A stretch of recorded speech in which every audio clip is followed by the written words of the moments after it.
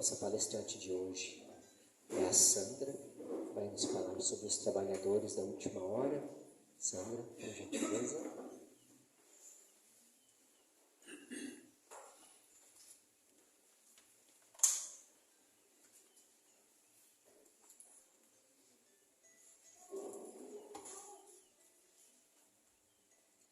Muito boa tarde a todos. Boa tarde a quem nos assiste de casa, aos youtubers.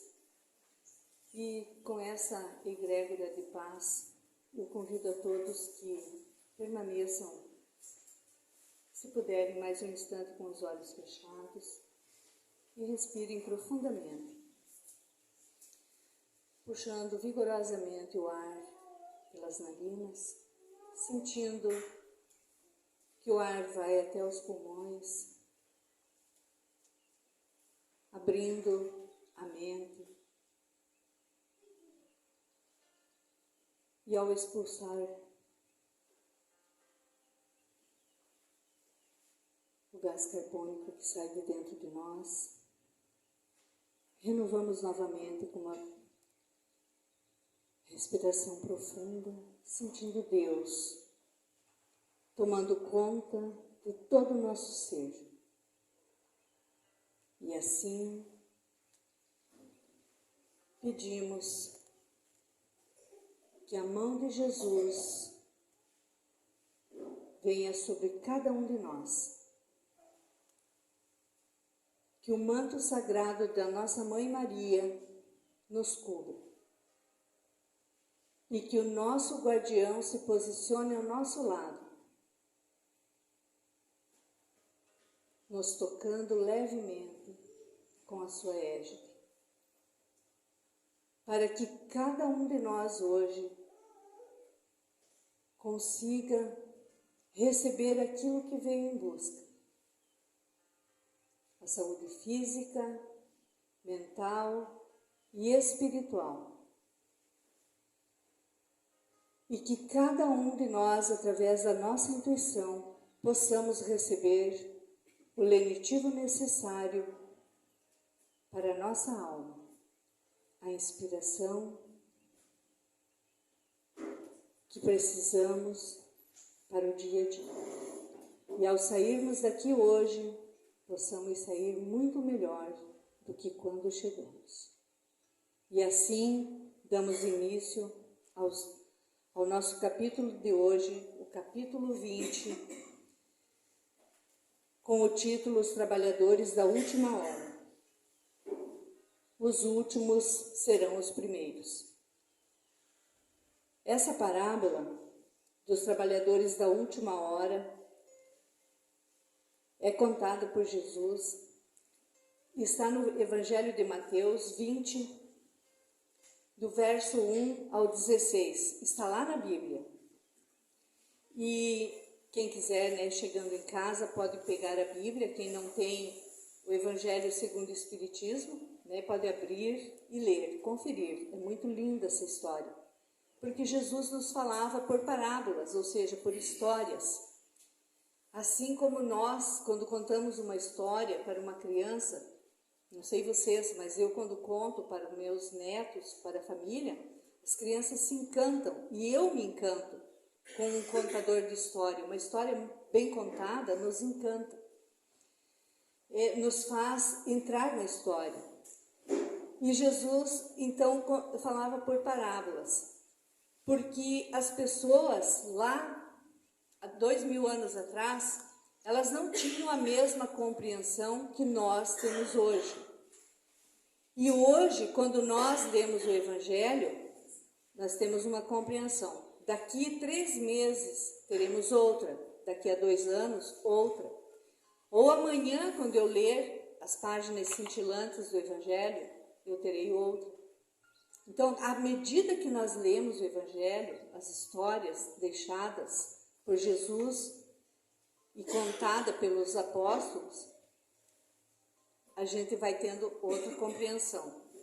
E então, a história começa assim: o dono da vinha saiu de madrugada a fim de assalariar trabalhadores, ou seja, era um proprietário de um agricultor, né, saiu para buscar diaristas para trabalhar com ele. E combinou com esses trabalhadores que pagariam um denário, ou seja, uma diária, né? Se tem produtor rural aqui, eles sabem bem do que eu estou falando. Ele pagaria, então, digamos, o salário de hoje de uma diária, é o que depende, né, do produtor, 100, 150, 200 reais. E na época o dinheiro era chamado a moeda corrente era denário. A cada um por dia e mandou-os para a sua vinha. Né? Ele produzia uva para a produção de vinho. E na terceira hora, ou seja, às 9 horas da manhã, ele saiu novamente e, vendo outros que se encontravam na praça da cidade, sem trabalho, disse-lhes: ide para a minha vinha e eu os pagarei o que for razoável. E eles foram. Então, lá pelas 9 horas da manhã, foram mais pessoas trabalhar na lavoura de vinho, de uva, né? De vinho não, o vinho é industrializado, né? Fermentado, na verdade, né? E eles foram para a lavoura de uva. E na hora sexta, que é por volta ali já de quase meio-dia, ele fez o mesmo. Contratou mais pessoas para trabalhar na lavoura dele. E na hora 1/10, que já é de tarde, ali já é tarde depois do almoço, ele saiu novamente e, encontrando outros que estavam desocupados, ou seja, sem emprego, perguntou-lhes: por que permaneceis sem trabalhar? E eles responderam: é que ninguém nos assalariou. Né? Não tinham, ninguém queria eles para trabalho até então. E eles lhes respondeu: ide vós também para a minha vinha. E disse-lhes o proprietário: ide, o dono da vinha chama-os. E assim eles foram para a vinha.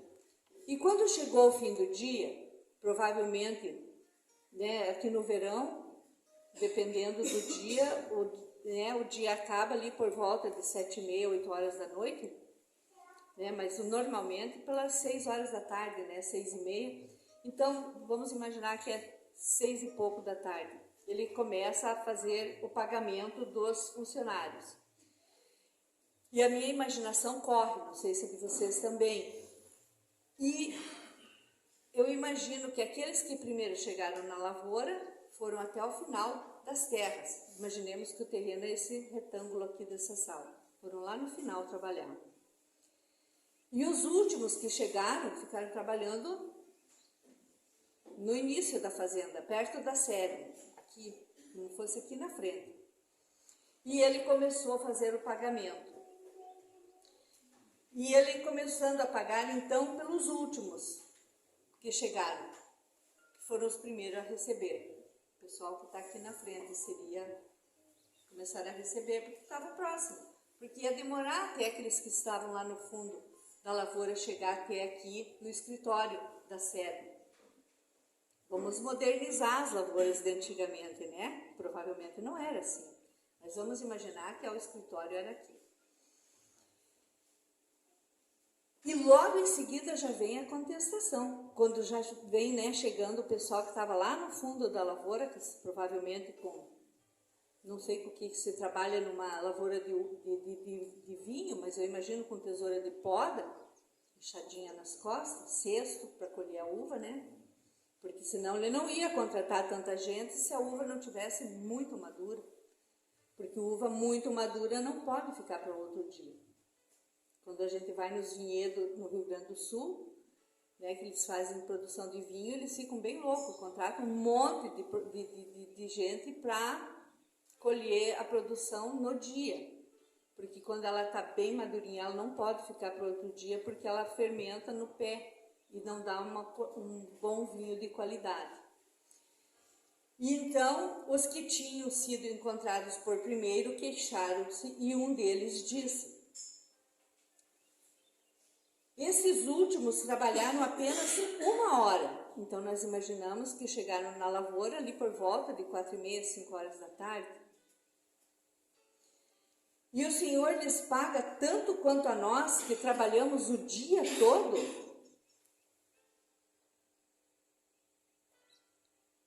Vocês ficariam indignados também assim? Se tivessem ido cedo trabalhar, e aquele que chegou lá às 5 horas, você vendo que recebeu a mesma coisa que vocês, ficariam? Ficaria, né? Ficaria, né? E agora eu pergunto para vocês, e se você tivesse 10 filhos? O de 10 anos é o que chegou primeiro, né? E aquele que tem 1 ano, chegou por último. Não chegou? E se você tivesse 10 barras de chocolate, você compraria, digamos, 5 barras. O primeiro você daria uma barra inteira, e daí ia dividindo as barras, até chegar no de 1 ano de idade, daria só aquele tijolinho? Você faria isso com o teu filho? Faria? Não, né? Por que a gente não faz isso? Por que o pai e a mãe não fazem isso para o filho?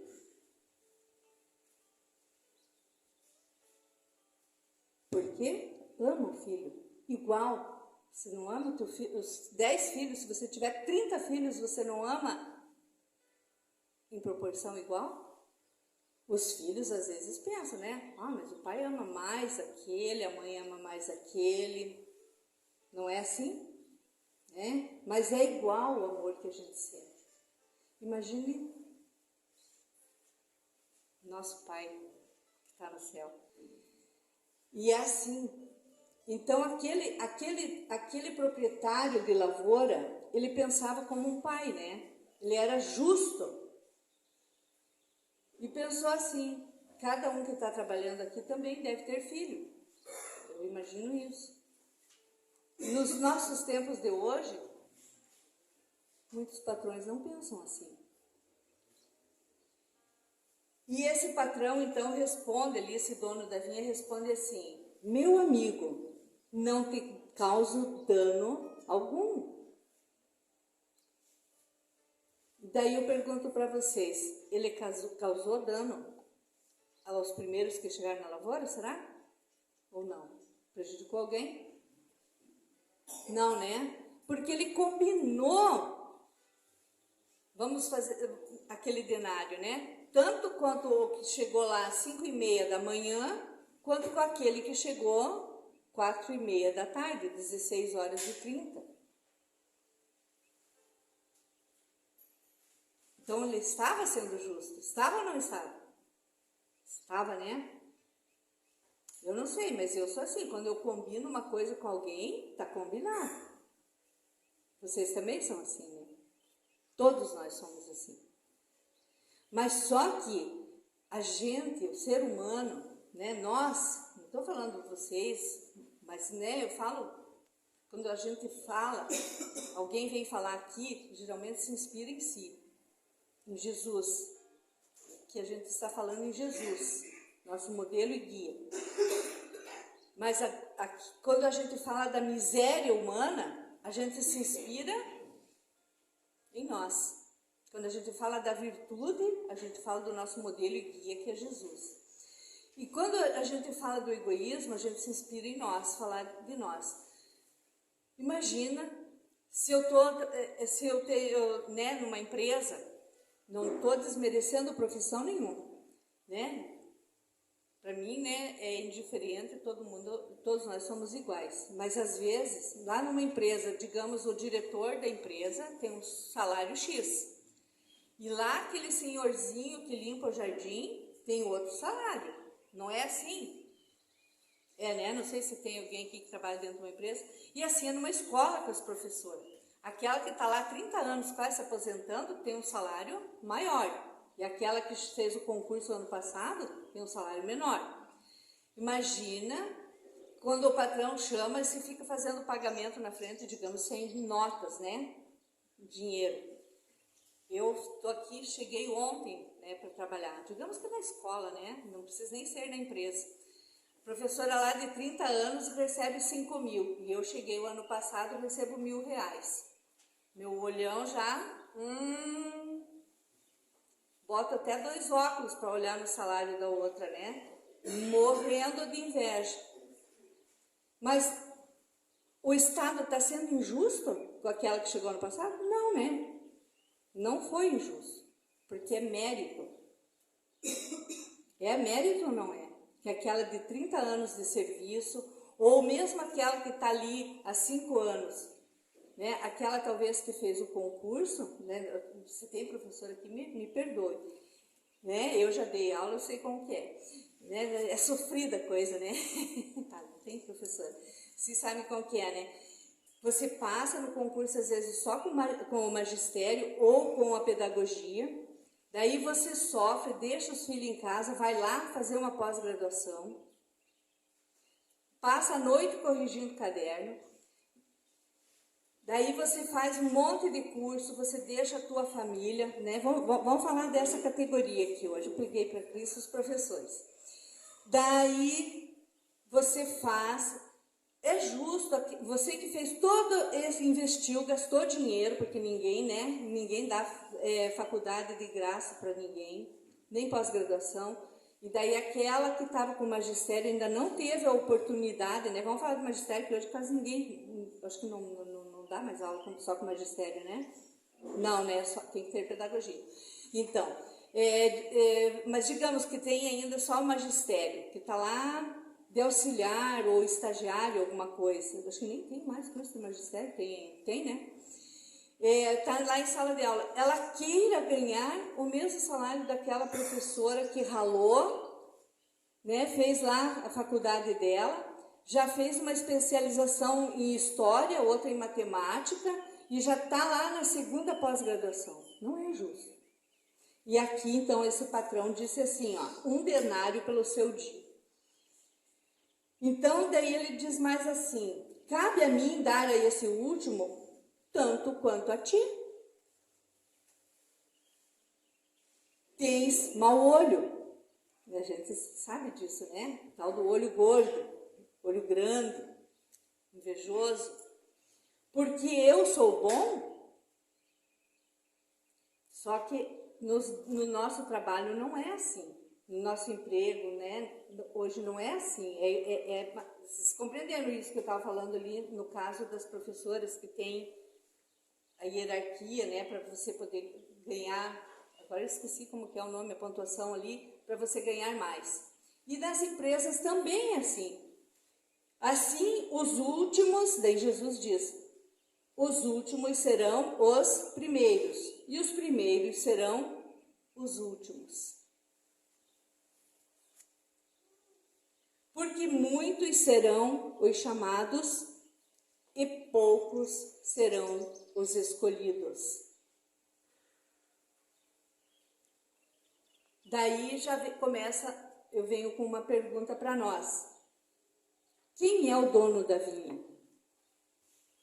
Quem será que era o dono da vinha que Jesus falava lá na parábola? A maioria acho que assistiu a palestra quinta-feira pelo Meet.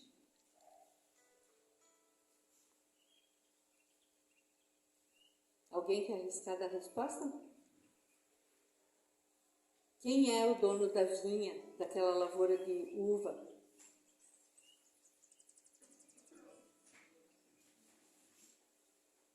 Então, vou responder. O dono da vinha, que Jesus se referia, é Deus, nosso Pai. Teria como esse empregador pagar um salário diferente para quem chegou cedo e para quem chegou tarde? Ele não faz distinção, né? Daí eu pergunto, e a vinha? A lavoura de uva? A plantação, a lavoura de uva não, né? Mas é a lavoura de uva, né? A plantação de uvas, o vinhedo lá. O vinhedo também não é, né? É a vinha. O que é? Que Jesus falava.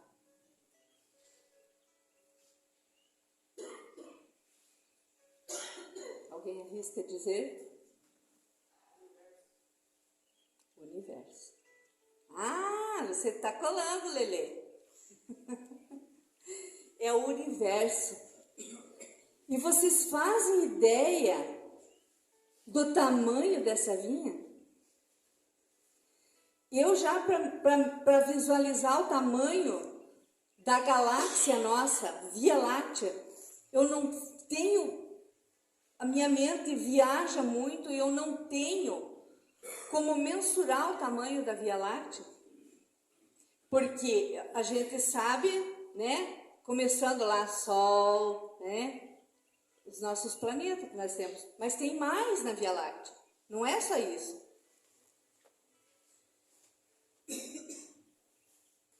Alguém consegue mensurar o tamanho desse universo? Quantas galáxias nós temos no universo? Você sabe, Jorge? Quantas galáxias? Pois é, e o universo? É infinito, pois então, a gente não consegue. Então, essa vinha é tão grande, mas é tão grande, e o proprietário dela, esse empregador, é Deus.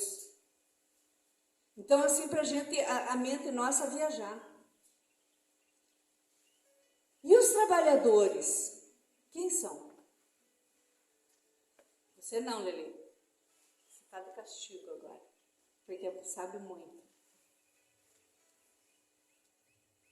Quem são os trabalhadores? Alguém arrisca?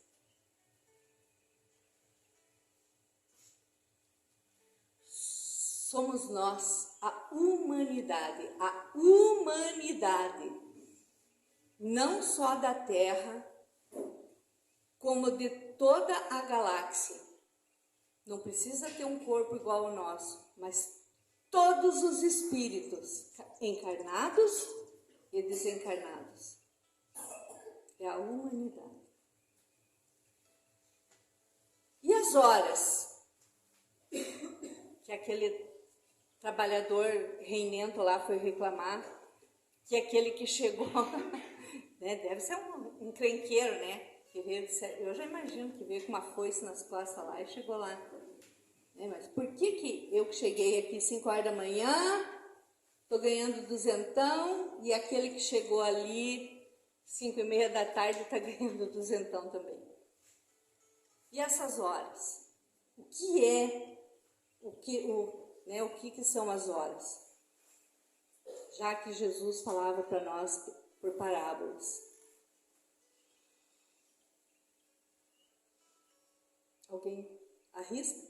Alguém que não assistiu a nossa fala de quinta-feira?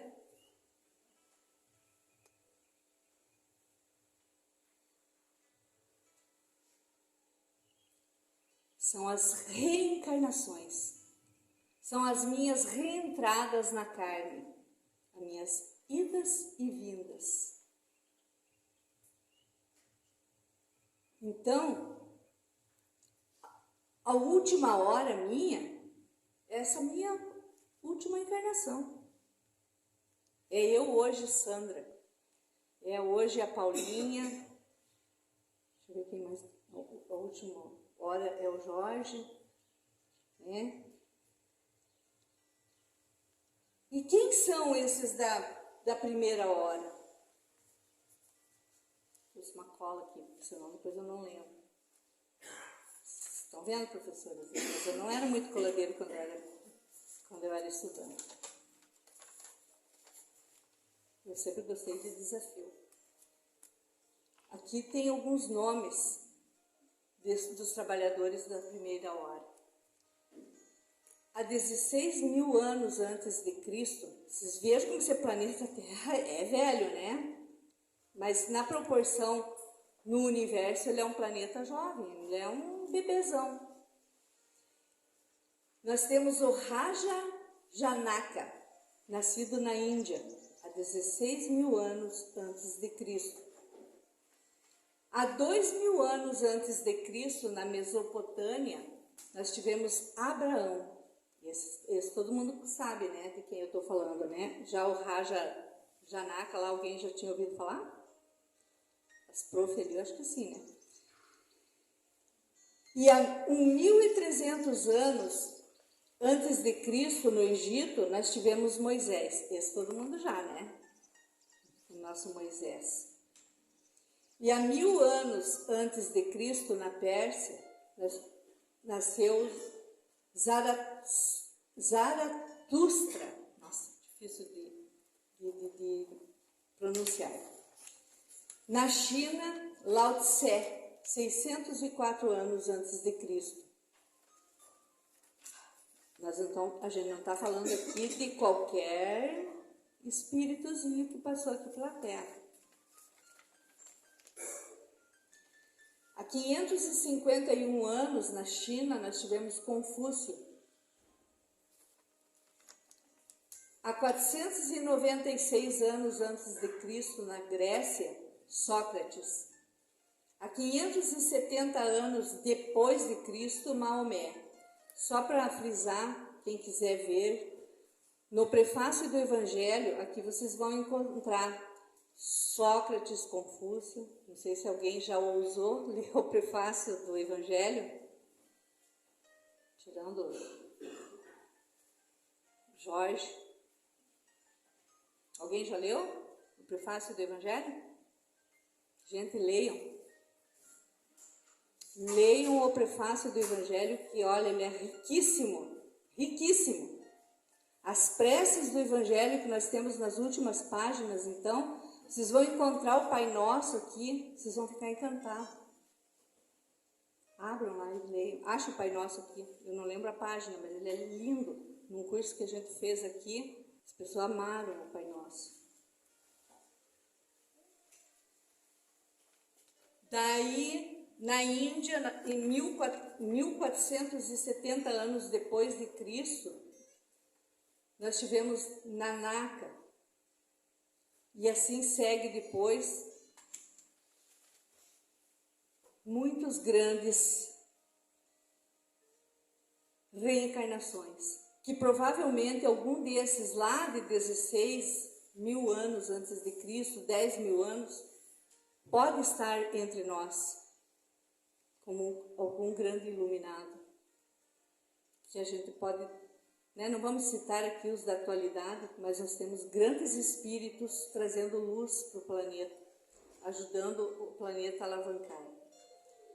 Então o dono da vinha não considerou o tempo gasto, mas o que será que ele considerou? A qualidade do trabalho realizado.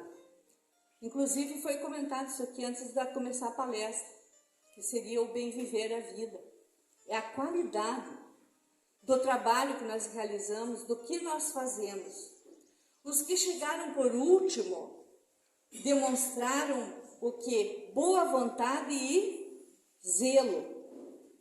Ou seja, esta reencarnação que eu estou, que você está, você, é a melhor reencarnação que nós estamos. Imagine eu reencarnada, né, que eu provavelmente estive, o Jorge também, todos nós, pode ter espírito mais jovem aqui, há 16.000 anos antes de Cristo. E antes ainda, na época lá que os dinossauros andaram na Terra, depois, quando a gente veio como homens das cavernas. Então pensem que como nós estamos melhorzinho hoje, mas também pensem como temos que melhorar ou não. Eu tenho que muito melhorar, não sei vocês, mas eu tenho. E como tenho? Né? Às vezes quando a gente está aqui dentro, que é uma coisa boa, que a gente está fazendo evangelho, que está estudando, que está lendo, parece até que a gente é um santo, né? Uma santinha, né? Mas se alguém pisar na unha encravada da gente, acabou a santidade. Se sair ali fora e tiver o pneu do carro furado, da moto, da bicicleta,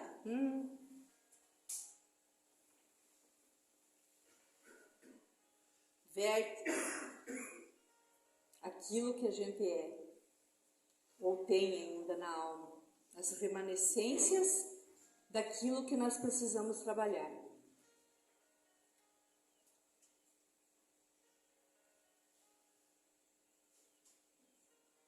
E o que mais que nós precisamos ter para essa nossa evolução? Esforço e constância. Produtividade. O que é que eu estou produzindo hoje? O que será que eu estou produzindo hoje? O que eu estou semeando, né? Nós temos parábola que fala da semente, né? O que eu estou semeando? Vento? Tempestade? O meu pai dizia, quem semeia vento, colhe tempestade. E a gente está colhendo as tempestades no planeta, né? Ultimamente é muita tempestade. O que será que a gente semeou algum tempo atrás aí que a gente está colhendo tempestade? E quem não tem direito a esse salário? Quem será que não tem direito a esse trabalho? É aquele que se acha que não está à disposição do Senhor. Aquele que pensa assim, ó, mas eu não posso fazer nada, eu não tenho nada para oferecer. Como que eu vou fazer um trabalho voluntário? Como que eu vou fazer alguma coisa lá no centro espírita, lá na igreja católica, lá na igreja evangélica, lá na minha comunidade, lá na escola, lá na PAI, lá no hospital? Esse não tem direito ao salário. E quantos de nós não nos sentimos assim? Ou quantos dias da nossa vida nós nos sentimos assim? Tem muitos dias que eu penso assim, meu Deus, mas eu não sei nada, eu não tenho nada para oferecer. Vocês não pensam assim às vezes? Pensa, né? A gente pensa. É aqueles dias que a gente está depressivo, não sei dizer, que a gente levanta assim, parece, acorda, né? É depressivo mesmo. Triste. Que durante o sono a gente sai do corpo e sai passear como espírito. Não sei onde a gente vai, em algum lugar que não é muito bom, viu alguma coisa não boa que a gente fez, daí a gente volta com esse sentimento.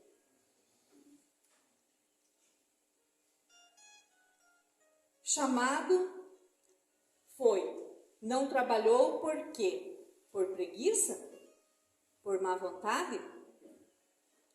E qual é a consequência?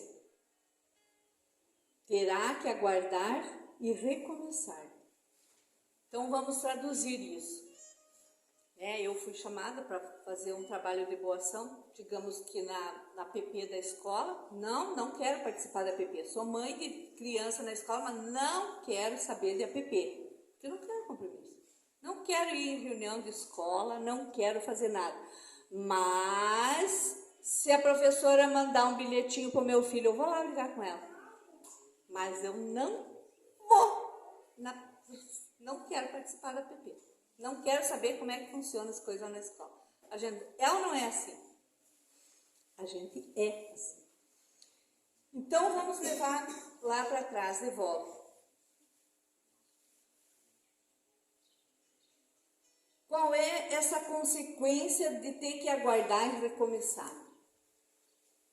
É desencarnar, ou seja, morrer e... Se eu não fiz nada, eu vou para as regiões, a gente quando pensa assim, ir para lá, a gente vai para o céu, né? Um lugar bom. E quando a gente pensa no ir para baixo, a gente não pensa que é o inferno, né?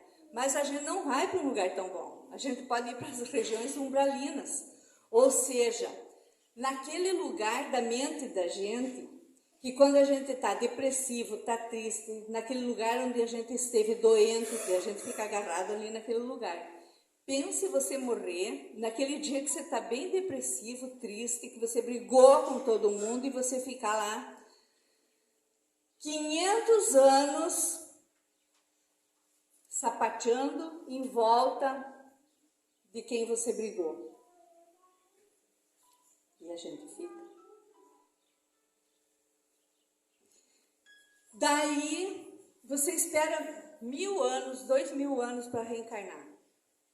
Não pense que a coisa tem muito... Eu ouço muito médium, entre aspas, dizer: não, é a reencarnação da avó, da mãe. Não é assim, desencarnar e reencarnar 10, 20 anos depois, 50 anos depois. Tem espírito que está já há 5.000 anos esperando para reencarnar e não consegue. Por quê? Porque existe uma engenharia da reencarnação que prepara os espíritos endividados, aqueles espíritos amigos que vão nascer na família, reencarnar na família juntos, porque se reencarnar uma família só de endividado, daqueles que brigaram, se esfaquearam, sabe Deus o que tanto que aconteceu, como que vai ser uma família inimiga? De pai, mãe, os filhos, né, tios, avós, assim.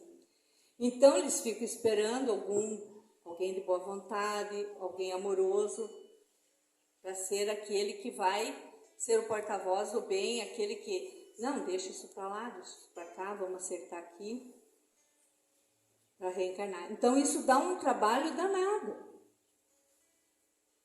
Então essa consequência será a espera.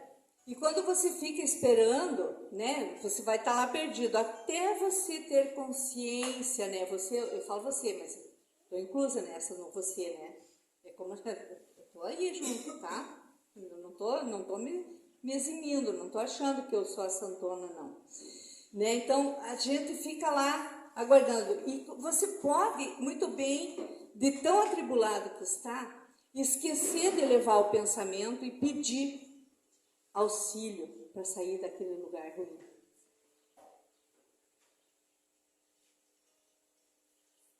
É como se você entrasse numa mata cheia de espinho, cobra, o animal que mais você tem medo. Quando você está nesses lugares de regiões umbralinas, que você tem que ficar ali se defendendo, que você não tem tempo de rezar, de orar, de pedir auxílio. Você está ali, você tem que ficar atento se defendendo. Isso está nos livros.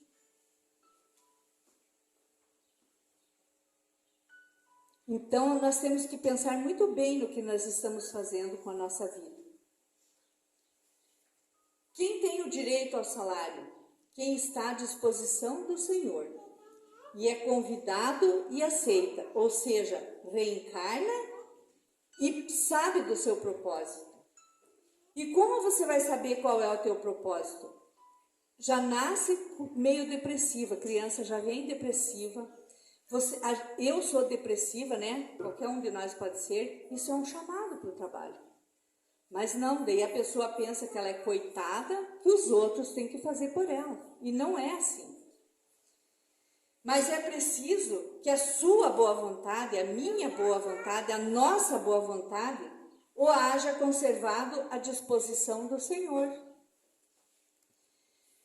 Que o seu retardamento não seja o fruto da preguiça e da má vontade, ou seja, o nosso, né, não seja isso. E esses trabalhadores da última hora, quem será que são? A gente já falou que somos nós, né? É a nossa chance. São esses espíritos de luz como Divaldo, Francisco Xavier, né, o Chico Xavier. Somos nós, o Jorge, que tem uma grande missão de conduzir o centro, e nós somos os auxiliares. Mas tem tantos lugares para nós trabalhar. Os bons espíritas, não aqueles mascarados que acham que estão fazendo, mas não estão. Em casa são ruins para a família, são ruins para eles mesmos, se enganando que estão fazendo bem e não estão. Porque a lei da reencarnação não falha.